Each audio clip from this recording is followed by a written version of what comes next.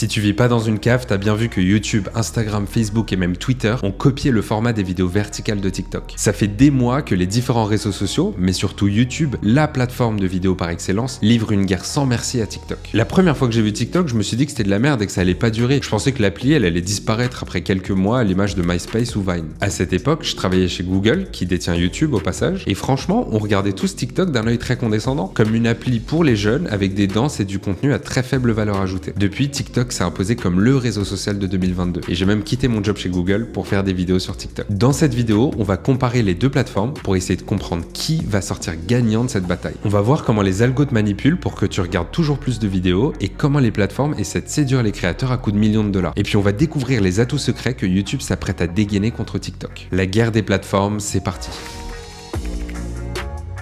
La première fois que le contenu vertical a vraiment pris, c'était en 2012 avec le lancement de Vine, l'ancêtre de TikTok. Mais l'appli, elle est arrivée un peu trop tôt sur un marché où la majorité des utilisateurs avaient l'habitude de consommer du contenu horizontal en 16/9. Quelques mois après son lancement, et malgré son rachat par Twitter, Vine est tombé petit à petit dans l'oubli. Et on verra d'ailleurs plus tard dans cette vidéo pourquoi est-ce que YouTube est responsable de la mort de Vine. TikTok, c'est les premiers à avoir profondément changé les habitudes d'1 milliard d'utilisateurs. C'est la première fois que le contenu court vertical a autant de succès. Les autres ont mis du temps à réagir, il a fallu des mois à Instagram et YouTube pour lancer les Reels et les Shorts. Si TikTok a réussi à survivre et même s'imposer comme le réseau social de 2022, c'est pour une raison, son algorithme. La plus grande force de TikTok, c'est sa capacité à pouvoir proposer du contenu hyper personnalisé à chacun de ses utilisateurs. D'ailleurs, on pense souvent que l'algo TikTok est ultra puissant et bien plus sophistiqué que celui des autres plateformes, mais c'est complètement faux. Ce qui fait sa force, c'est le nombre de signaux qu'on lui donne. Je m'explique. Par exemple, quand tu vas sur YouTube, tu y restes en moyenne 15 minutes et tu regardes 2 vidéos que tu as choisies. Si on compte le temps que tu as passé sur chacune des vidéos, les likes, les commentaires que tu laisses, l'appareil que tu utilises et ta localisation, ça fait une dizaine de signaux qui sont envoyés à l'algorithme. Tous ces signaux aident l'algorithme à mieux te comprendre et personnaliser ses recommandations. Et c'est pour ça que les suggestions de YouTube, elles sont si bonnes. À l'inverse, à chaque fois qu'un utilisateur ouvre TikTok, il y reste en moyenne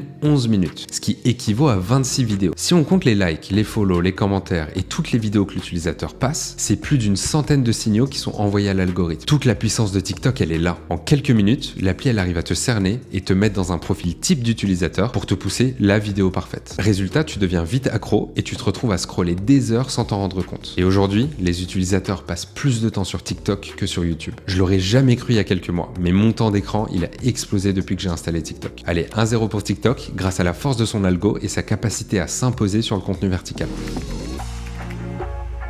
Tous les algos, que ce soit celui de YouTube ou de TikTok, ont un objectif, maximiser le temps que tu passes sur l'appli. Et ce pour une raison simple, plus tu passes du temps sur l'appli, plus tu vois de publicité et plus l'entreprise gagne de l'argent. Pour t'inciter à revenir sur l'app et y rester plus longtemps, les deux réseaux sociaux utilisent plein de stratagèmes. On va en voir 3 qui sont particulièrement efficaces. Le premier qu'on peut évoquer, c'est ce qu'on appelle l'effet Ikea. Sur les plateformes, tu te construis ton propre espace, tu t'abonnes à tes comptes, t'ajoutes tes amis, tu publies des vidéos, tu laisses des commentaires et tu t'attaches à certains créateurs de la plateforme. Plus tu personnalises ton profil et donc ton algo, plus c'est difficile pour toi de tout arrêter. Perso, je pourrais pas repartir de zéro sur mon compte YouTube. J'ai déjà tous mes créateurs préférés en abonnement et l'algo est trop bien entraîné à me recommander les bonnes vidéos. Sur ce point, YouTube est bien plus fort que TikTok. Par contre, il y a un second point sur lequel TikTok est loin devant YouTube.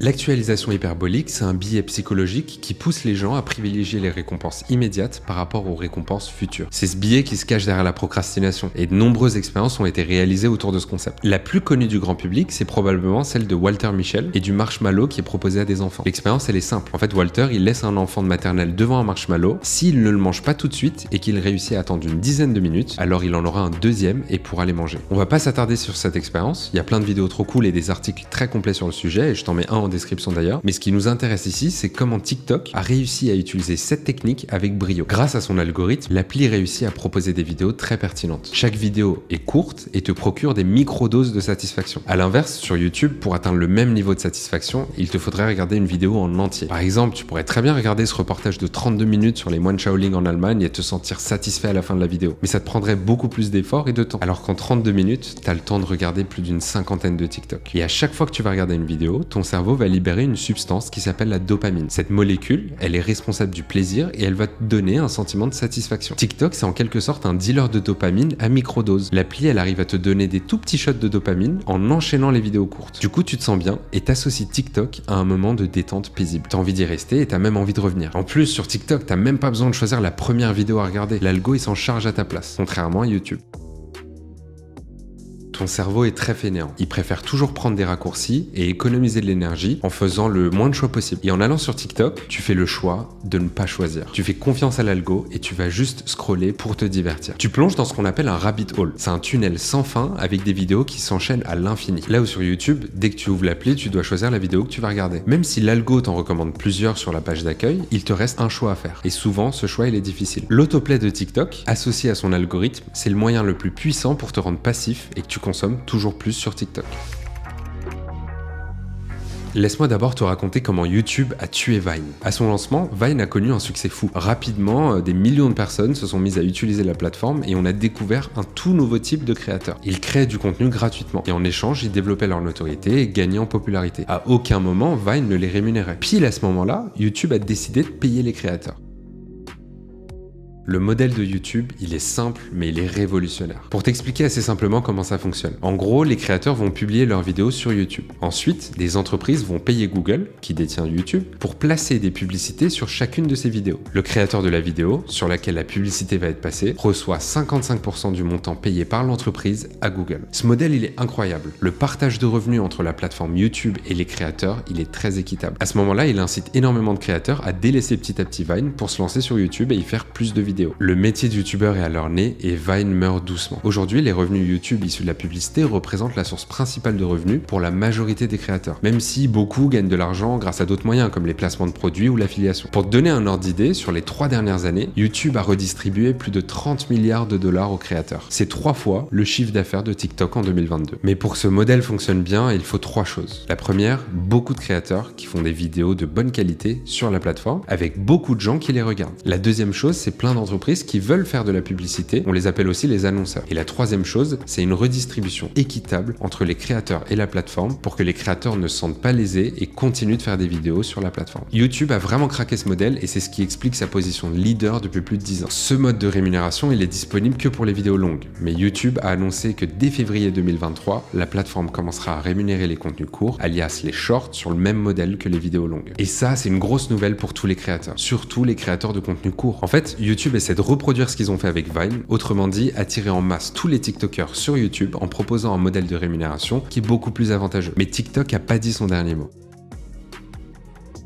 L'un des avantages principaux de TikTok, c'est son agilité. Chaque semaine, l'appli lance de nouvelles fonctionnalités, de nouveaux filtres et teste de nouvelles choses. En octobre 2022, TikTok a annoncé un nouveau programme de monétisation. Jusque-là, TikTok payait vraiment des cacahuètes. Pour te donner un exemple, avec 15 millions de vues, nous, on n'avait gagné que 90 $. Mais ce nouveau modèle de rémunération, lui, il est beaucoup plus intéressant. En gros, pour 1 million de vues, tu peux gagner à peu près 500 €. À titre de comparaison, sur les vidéos longues YouTube, pour 1 million de vues, tu peux gagner entre 1000 et 3000 €. La différence, c'est que c'est beaucoup plus facile de faire 1 million de vues sur TikTok que sur YouTube, et surtout c'est beaucoup plus difficile de faire une vidéo YouTube qu'une vidéo TikTok. TikTok a envie de rassurer les créateurs en leur prouvant qu'ils sont capables de les payer pour qu'ils continuent à faire des vidéos sur la plateforme et n'aillent pas voir ailleurs. Résultat, du jour au lendemain, des créateurs qui gagnaient que quelques dizaines d'euros chaque mois se retrouvent à en gagner des milliers et à pouvoir se verser un salaire et même vivre de leur création. Mais TikTok a été extrêmement malin sur un point. En fait, les créateurs ne peuvent gagner de l'argent que sur les vidéos de plus d'1 minute. Et il faut savoir que sur YouTube, les shorts sont limités à 60 secondes. Du coup, les TikTokers se sont mis massivement à faire des vidéos de plus d'1 minute pour pouvoir gagner de l'argent et accéder à la monétisation TikTok. Et vu qu'il est impossible de poster un short de plus de 60 secondes sur YouTube, beaucoup de créateurs de contenu court ont tout simplement arrêté de poster sur YouTube et ils se sont concentrés uniquement sur TikTok. Et on l'a vu plus tôt, l'une des clés pour gagner la guerre du contenu court, c'est d'attirer et de garder un maximum de créateurs sur la plateforme. Sur la rémunération du contenu court, TikTok a clairement gagné une bataille, mais pas la guerre parce que YouTube a plus d'une corde à son arc.